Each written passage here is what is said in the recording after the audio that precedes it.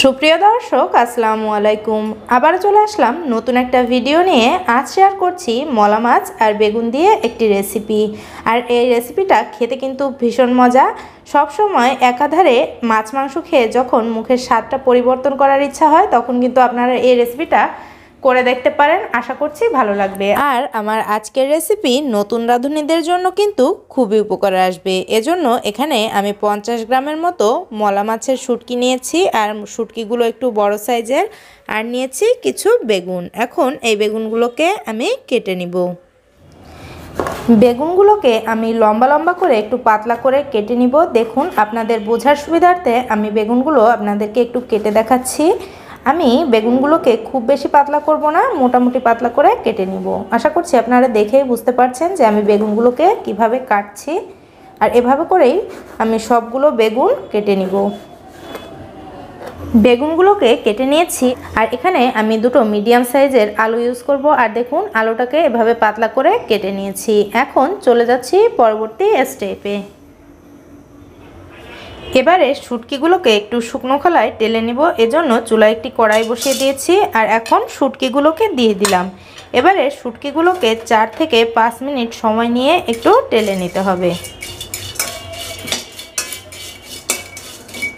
শুটকিগুলোকে টেলে নেওয়া হয়ে গিয়েছে। এখন এখানে কিছুটা পানি দিয়ে দিচ্ছি। পানিটা দিয়ে কিছুটা সময় একটু জাল করে একটা বলক তুলে নিব। এতে করে শুটকিটা খুব ভালোভাবে ক্লিন করা যাবে। পানিতে বলক চলে এসেছে। এবারে এই শুটকিটাকে চুলা থেকে নামিয়ে খুব ভালোভাবে ক্লিন করে নিব। আর ক্লিন করার সময় আমি শুটকির যে মাথাগুলো, এই মাথাগুলো কিন্তু ফেলে দিব। চলে আসলাম শুটকিটা রান্না করার জন্য। আর এজন্য চুলায় একটি ফ্রাই প্যান বসিয়ে দিয়েছি। আর এখন এখানে দিয়ে দিচ্ছি রান্নার রেগুলার তেল। তেলটা আমি 2 টেবিল চামচ পরিমাণে দিয়ে দিলাম। আর এখন এখানে আগে থেকে কেটে রাখা সেই বেগুনটাকে একেবারে ক্লিন করে নিয়েছি, ধুয়ে খুব ভালোভাবে পরিষ্কার করে নিয়েছি। সেই বেগুনটা এখানে তেলে দিয়ে দিচ্ছি। বেগুনগুলোকে দিয়ে দিয়েছি। এখন এখানে দিয়ে দিচ্ছি স্বাদ মতো কিছুটা লবণ। লবণটা এভাবে দিবেন যে বেগুনের জন্যই দেওয়া হচ্ছে।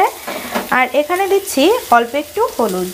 আর এই লবণ আর হলুদ দিয়ে এখন বেগুনটাকে আমি 3 থেকে 4 মিনিটের জন্য এই তেলে ভেজে নেব। এভাবে করে আপনি যদি তেলে বেগুনটাকে ভেজে তারপরে রান্না করেন, তাহলে কিন্তু শুটকির যে স্বাদ, এটা বহুগুণে বেড়ে যাবে। চেষ্টা করবেন এভাবে করে বেগুনটাকে একটু ভেজে তারপরে রান্না করার জন্য।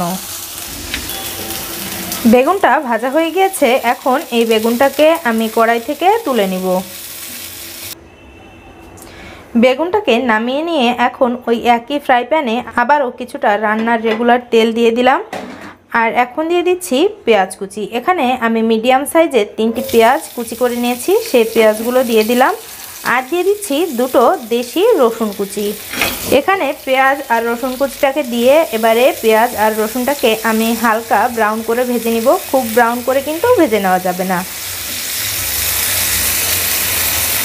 পেঁয়াজ রসুনটাকে কিছুক্ষণ ভেজে নিয়ে এবারে এখানে দিয়ে দিচ্ছি কেটে রাখা সেই আলুটা, আর দিয়ে দিব ক্লিন করে রাখা সেই শুটকি মাছগুলো। আর আলু শুটকি মাছ এখন খুব ভালোভাবে এই পেঁয়াজ আর রসুনের সাথে ভেজে নিব। এতে করে আলুর থেকে কাঁচা গন্ধটা চলে যাবে, আর খেতেও কিন্তু ভালো লাগবে। 4 থেকে 5 মিনিট সময় নিয়ে এ পর্যায়ে আলু আর শুটকি মাছটাকে এই পেঁয়াজ আর রসুনের সাথে ভেজে নিতে হবে।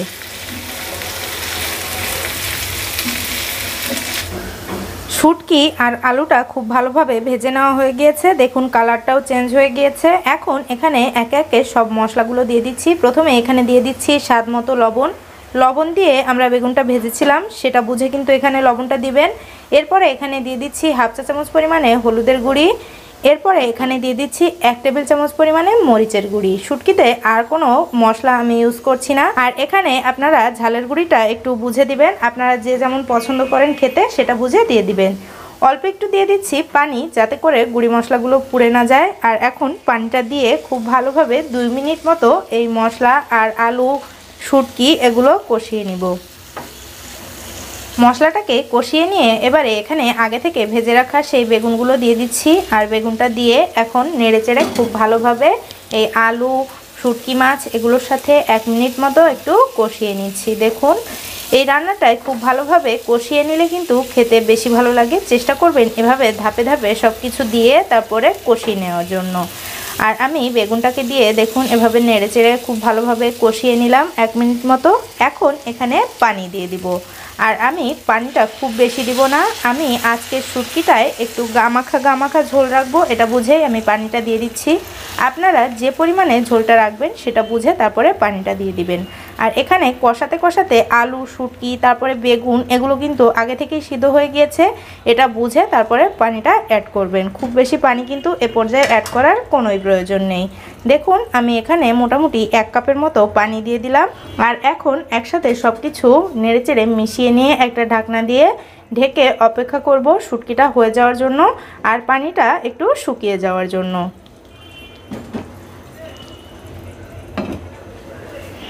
5 থেকে 6 মিনিট রান্না করে নেওয়ার পরে আমার শুটকিটা রান্না হয়ে গিয়েছে। দেখুন পানিটা টেনে গিয়েছে আর তেলটাও উপরে চলে এসেছে। এখন আমি শুটকিটাকে চুলা থেকে নামিয়ে নিচ্ছি। শুটকিটাকে আমি একটা সার্ভিং ডিশে নামিয়ে নিয়েছি। আর দেখুন মাশাআল্লাহ শুটকিটা কিন্তু দেখতেই অনেক লোভনীয় হয়েছে। বাসায় সেম রেসিপি ফলো করে তৈরি করে দেখবেন আপনার কাছেও শুটকি রেসিপিটা দুর্দান্ত লাগবে। আর রেসিপি ভালো লাগলে প্লিজ একটি লাইক দিবেন আর আমাকে কমেন্ট করে জানাবেন যে কেমন হলো আজকের রেসিপি।